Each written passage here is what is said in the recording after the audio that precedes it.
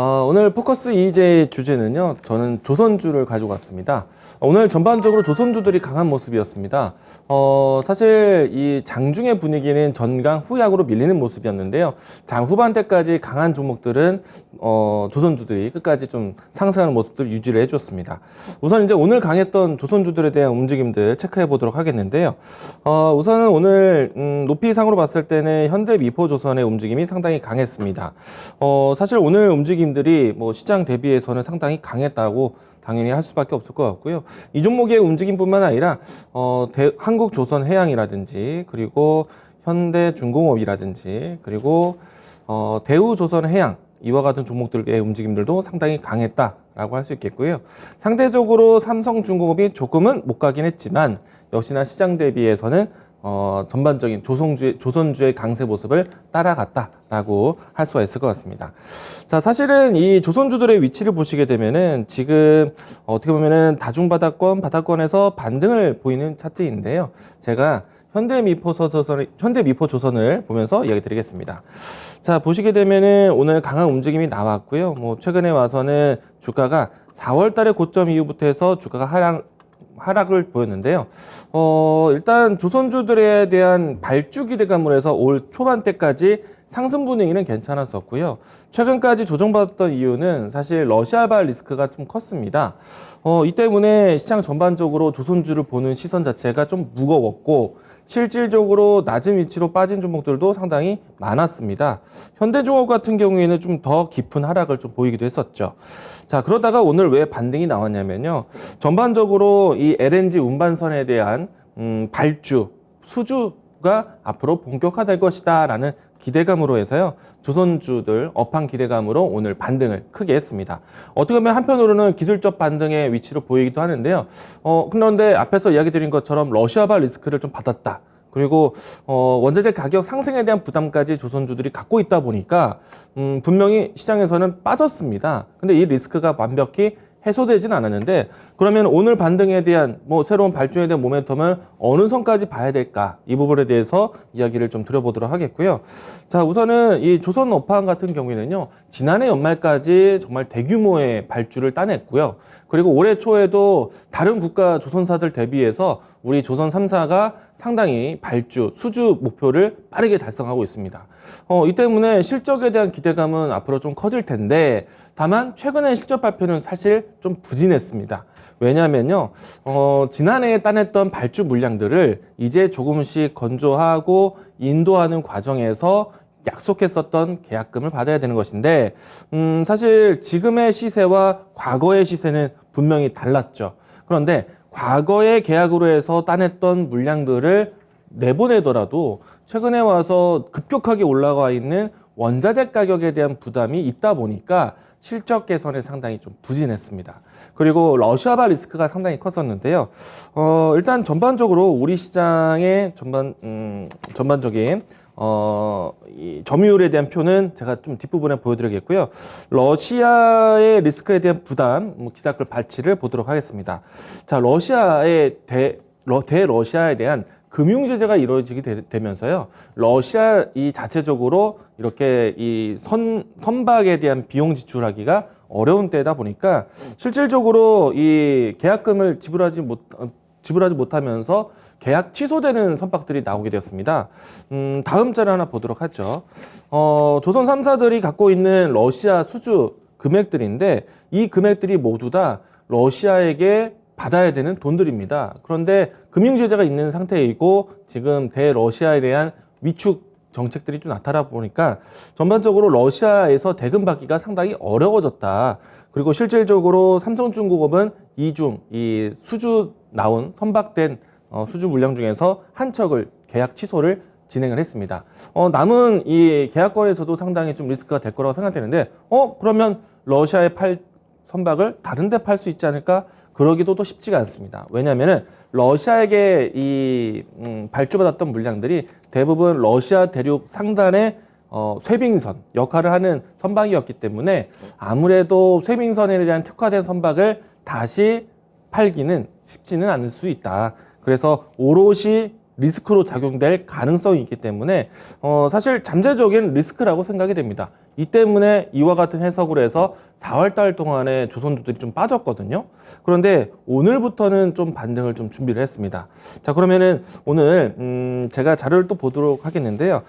전반적인 수주 기대감이 나와 있는 상태인데 우리나라 선박 전체적으로 LNG선에 대한 점유율 도표를 먼저 보도록 하겠습니다.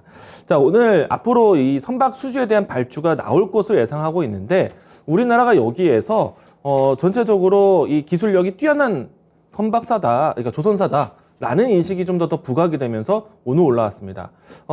글로벌 전체적으로 선박 수주가, 그러니까 선박 발주가 나올 것이다라고 전망했고 여기에 더불어서 전체적인 시장 점유율이 우리나라 조선 3사에 크게 있기 때문에 그리고 또 하나가 이 중국과 러시아 쪽에, 그러니까 정확히 말하면 중국과 일본 쪽에서 LNG 선박에 대한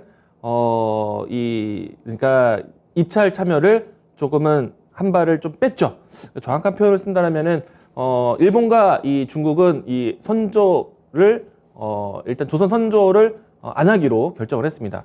그렇다 보니까 오롯이 우리나라 조선 3사에 좀 집중될 것으로 예상을 하다 보니까 전반적으로 오늘 그러니까 발주 기대감이 우리나라 조선 3사의 기대감으로 반영이 됐다라고 보시면 좋을 것 같고요. 자, 그러면은 앞에서 이야기 드린 것처럼 먼저 따냈었던 계약건에 대해서는 지금 원자재 가격의 상승에 대한 부담인데 이제부터 발주되는 물량들 같은 경우에는 원자재 가격 상승을 반영시켜서 선박 수주가 나올 수가 있습니다.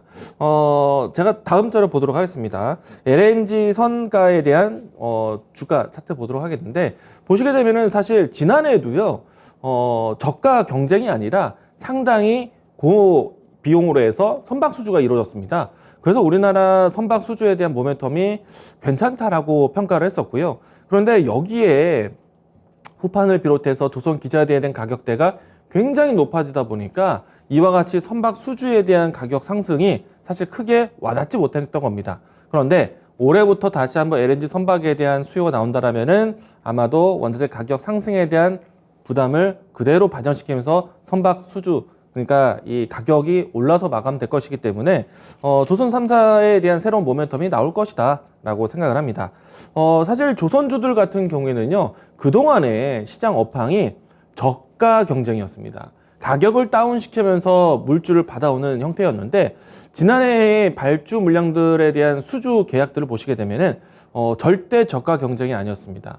고가 경쟁 속에서 선박 수주를 따냈기 때문에 사실은 우리나라 선박 회사들 같은 경우에는 상당히 유리한 면이 있다라고 보시면 좋을 것 같고, 그리고 일본과 중국에 대한 참여가 떨어질 것을 보고 있기 때문에 아마도 본격적인 LNG선 발주 시작부터는 조선 3사에 대한 주가 흐름들도 기대해 볼 수 있다라고 이야기 드리겠습니다.